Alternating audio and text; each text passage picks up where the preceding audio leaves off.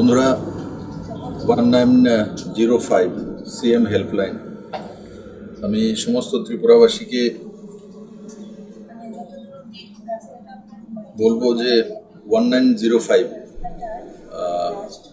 আর ERSS system যেটাতে 112 এই দুইটি নাম্বার রয়েছে।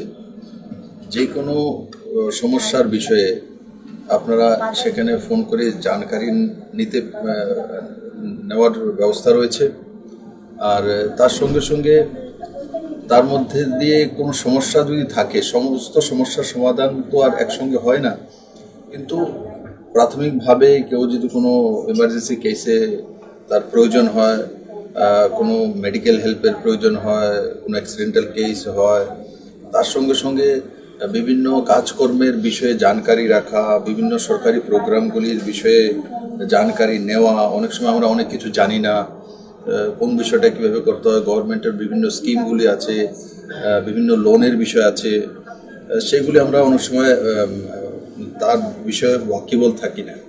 তো এই 1905-এর মাধ্যমে আপনারা কল করে সেগুলো বিষয়ে জানকারি নিতে পারেন এবং আপনাদের ব্যক্তিগত অনেক কিছু সমস্যা থাকে সেগুলো শেয়ার করা এবং সেগুলো কিভাবে সলভ করা যায় বিভিন্ন ডিপার্টমেন্টের মাধ্যমে 1905 থেকে চলে যায় এবং সেগুলি যতক্ষণ পর্যন্ত সলভ হয় এবং যে কাস্টমার ফোন করেছে, যে ব্যক্তি ফোন করেছে, উনি স্যাটিসফ্যাক্টরি কোনো রেজাল্ট না দিচ্ছে বা না বলছেন, ততক্ষণ পর্যন্ত তাকে লাইভ রাখা হয় এবং সমস্ত কিছু সমাধান হয়ে গেলে তারপর তাকে ক্লোজ করা হয়। তো আমি সমস্ত ত্রিপুরাবাসীকে বলবো যে এই বিষয়ে আপনারা সবাইকে একে অপরকে জাগরুক করুন এবং যে কোনো সমস্যা যদি থাকে সেটা 1905-এর সঙ্গে সহযোগিতা করে তার সঙ্গে তার সহযোগ নিন এবং বিভিন্ন যে সমস্যা আমাদের মধ্যে রয়েছে সেগুলো সমাধান করা। আর ইনফ্রাস্ট্রাকচারাল ডেভেলপমেন্টের বিষয়ে অনেক সময় ফোন আসে, সেগুলো ফোন করলে সঙ্গে সঙ্গে সমাধান হয়ে যায় তেমন না, সেগুলোর জন্য একটা ব্যবস্থা হয়, ডিপিআর হয়, টেন্ডারও হয়, ওয়ার্ক অর্ডার হয়, তো সময় লাগে। কিন্তু অনেকগুলো কাজ এমন ধরনের আছে যেগুলো সমাধান হতে পারে। কাউ ব্লাডের দরকার হয়েছে হসপিটালে, সেগুলো সমাধান হতে পারে। কোনো একটা অ্যাক্সিডেন্ট হতে তার তুরন্ত সমাধান হতে পারে। কোনো অ্যাডমিশনের বিষয়ে কোনো বিষয় জানতে চাইছেন, তার সমাধান হতে পারে। এগুলো অনেক বিষয় আছে যেগুলো কি খুব তাড়াতাড়ি সমাধান হতে পারে, আর এগুলো এই 1905-এর মাধ্যমে হচ্ছে। আমি সবাইকে আহ্বান করবো, ত্রিপুরাবাসীকে, যে এই নাম্বারটা সবাই মনে রাখা। আর 1905-এর আমি আরেকটা দেখলাম যে ডেটা এসছে যে 9400-র কাছাকাছি কল এসছে।